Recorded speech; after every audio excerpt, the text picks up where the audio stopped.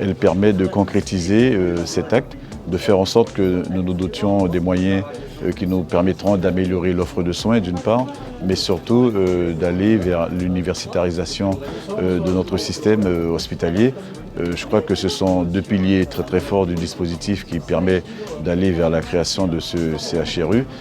C'est une demande très forte qui émane de la population, qui avait été relayée par les différents acteurs sociaux, qui avait figuré dans l'accord de Guyane.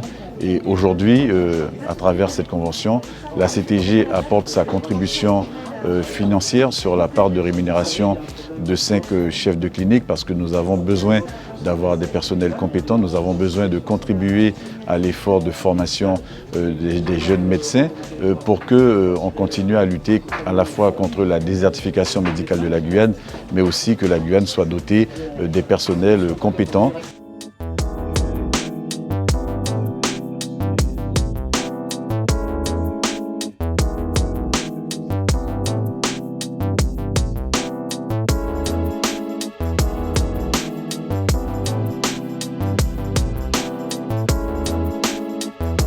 C'est un accompagnement absolument indispensable et déterminant pour nous permettre d'avancer dans le plan de charge, la feuille de route qui s'ouvre devant nous pour construire au sein du territoire avec les 3 établissements du groupement hospitalier territoire de Guyane pour construire un CHU.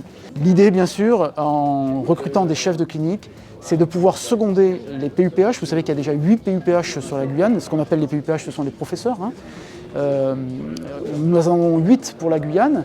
L'idée, c'est de pouvoir les seconder avec ce qu'on appelle des chefs de clinique assistants des hôpitaux, qui sont réellement aux côtés des PUPH et qui leur permettent de mettre en place le vrai cursus de formation.